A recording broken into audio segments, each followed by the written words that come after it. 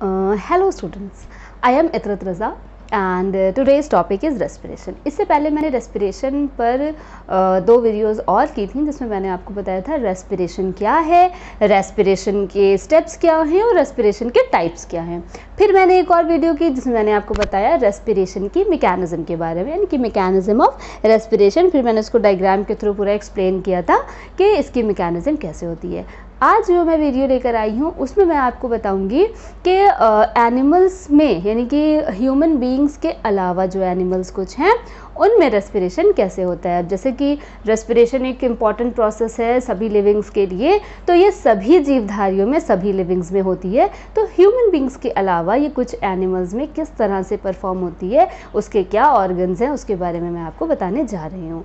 तो स्टार्ट करते हैं अपनी वीडियो। मैं अपनी इस वीडियो को आज एक फ्लो शीट के थ्रू समझाऊंगी आपको रेस्पिरेशन जो अदर एनिमल्स में होता है। तो क्या मैं बात कर रही हूँ, रेस्पिरेशन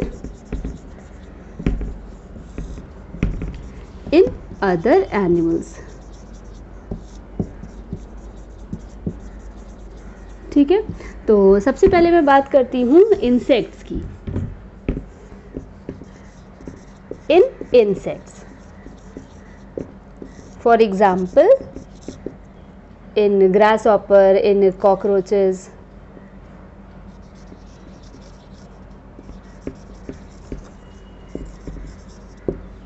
तो ग्रासहॉपर में क्या होता है, या कॉकरोचेस में या ग्रासहॉपर में जो इनकी बॉडी होती है उस बॉडी में कुछ छोटे छोटे से ट्यूब लाइक स्ट्रक्चर्स होते हैं जिन्हें हम कहते हैं ट्रैकिया। उस ट्रैकिया के थ्रू ये एक्सचेंज करते हैं ऑक्सीजन और कार्बन डाइऑक्साइड का, मतलब पूरी बॉडी में उसको ऑक्सीजन और कार्बन डाइऑक्साइड को पूरी बॉडी में उसका डिस्ट्रीब्यूशन होता है, पूरी बॉडी में फैलता है। ऑक्सीजन लेते हैं और कार्बन डाइऑक्साइड गैस को रिमूव करते हैं बॉडी से।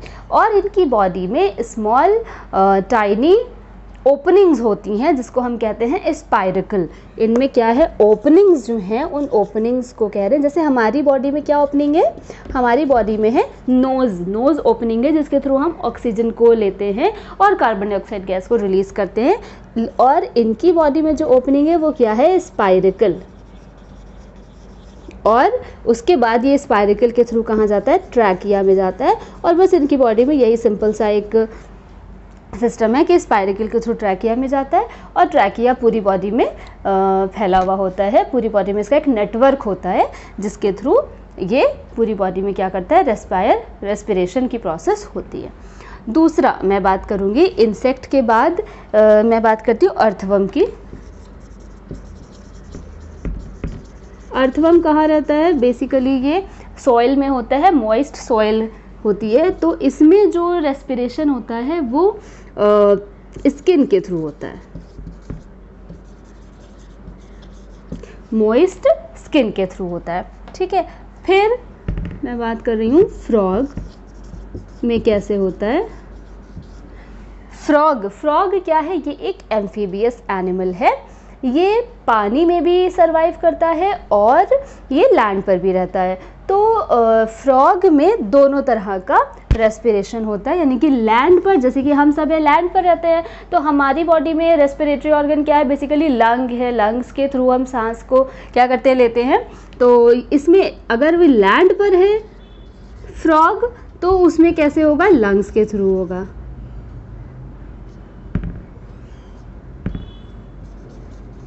ठीक है, और अगर ये पानी में है यानी कि वाटर में है तब कैसे होगा, इसमें स्किन के थ्रू होगा। ठीक है, तो फ्रॉग क्या है, ये दोनों तरह से अपने आप को ढाल लेता है, यानी कि ये एम्फीबियस एनिमल है। तो अगर लैंड में है तो लंग्स के थ्रू ये रेस्पायर करेगा, वाटर में है तो स्किन के थ्रू रेस्पायर करेगा। अब हम बात करते हैं फिशेस की। फिशेस में क्या होता है, फिशेस में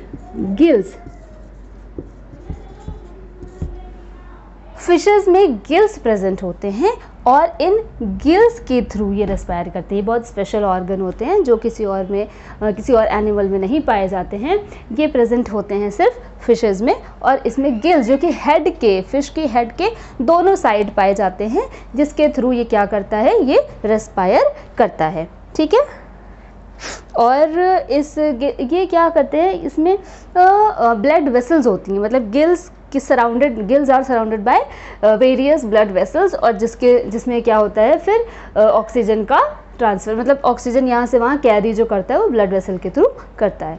ठीक है, तो ये तो बात थी कुछ एनिमल्स की जिसमें कि रेस्पिरेशन इस तरह से परफॉर्म होता है।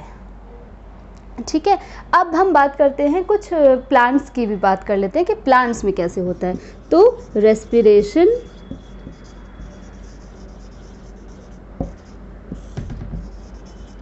इन प्लांट्स में लीव्स, रूट्स एंड स्टेम। ठीक, लीव्स में कुछ ओपनिंग्स होती हैं जिन्हें हम कहते हैं स्टोमेटा। तो इसमें जो गैसियस एक्सचेंज होता है वो इन स्टोमेटा के थ्रू होता है। स्टोमेटा का मैं यहाँ पे एक छोटा सा डायग्राम बना के आपको बता देती हूँ। एक मैं ये आपको जो डायग्राम बता रही हूँ वो है एक ओपन स्टोमेटा। ये जो मैं अभी ड्रॉ कर रही हूँ ये एक ओपन स्टोमेटा है, जिसमें ये आपका स्टोमेटा है, ये आपकी गार्ड सेल है और ये आपकी सब्सिडियरी सेल है। ओके, ठीक।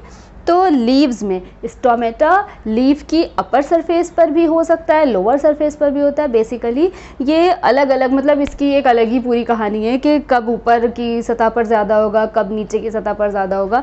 वो मैं जब आपको कभी ट्रांसपिरेशन पर वीडियो बनाऊंगी तो उसमें आपको पूरा बताऊंगी कि ये स्टोमेटा कहाँ कब कितना होता है, इसका रेट क्या होता है प्रेजेंट होने का लीफ की अपर और लोअर सरफेस पर। खैर, मैं सिर्फ अभी इतना बताऊँगी कि ये क्या है, ओपनिंग है, और इस ओपनिंग के थ्रू क्या होता है, कार्बन डाइऑक्साइड और ऑक्सीजन का एक्सचेंज, यानी कि गैसियस एक्सचेंज होता है लीव्स में। अब रूट्स में कैसे होता है, तो भाई जाहिर है लीव्स हो या रूट्स हो या क्या स्टेम हो, प्लांट भी तो लिविंग है ना, तो उसमें भी हमें ऑक्सीजन की रिक्वायरमेंट है प्लांट्स को, तो उसके भी सारे पार्ट्स में ऑक्सीजन का इन होना ज़रूरी है, तभी वो अपनी लाइफ को सरवाइव कर सकता है प्लांट। तो उसके रूट में क्या होते हैं, रूट हेयर्स होते हैं। आप कभी किसी रूट को पकड़ो तो आपको वो थोड़ा सा रोए लगेंगे, आपको उसमें कुछ बाल हैं, कुछ रोए से हैं। तो उसको जब हम अगर किसी रूट का टीएस करते हैं, उसका ट्रांसफर सेक्शन करते हैं, तो उसमें कुछ ऐसा स्ट्रक्चर आपको नज़र आ जाएगा। तो ये इसका क्या है, ये इसका क्या है, रूट हेयर है। ये आपका इधर हम कुछ ऐसे ही सॉइल पार्टिकल ड्रॉ कर दे रहे हैं। ठीक है, ये आपका है रूट हेयर।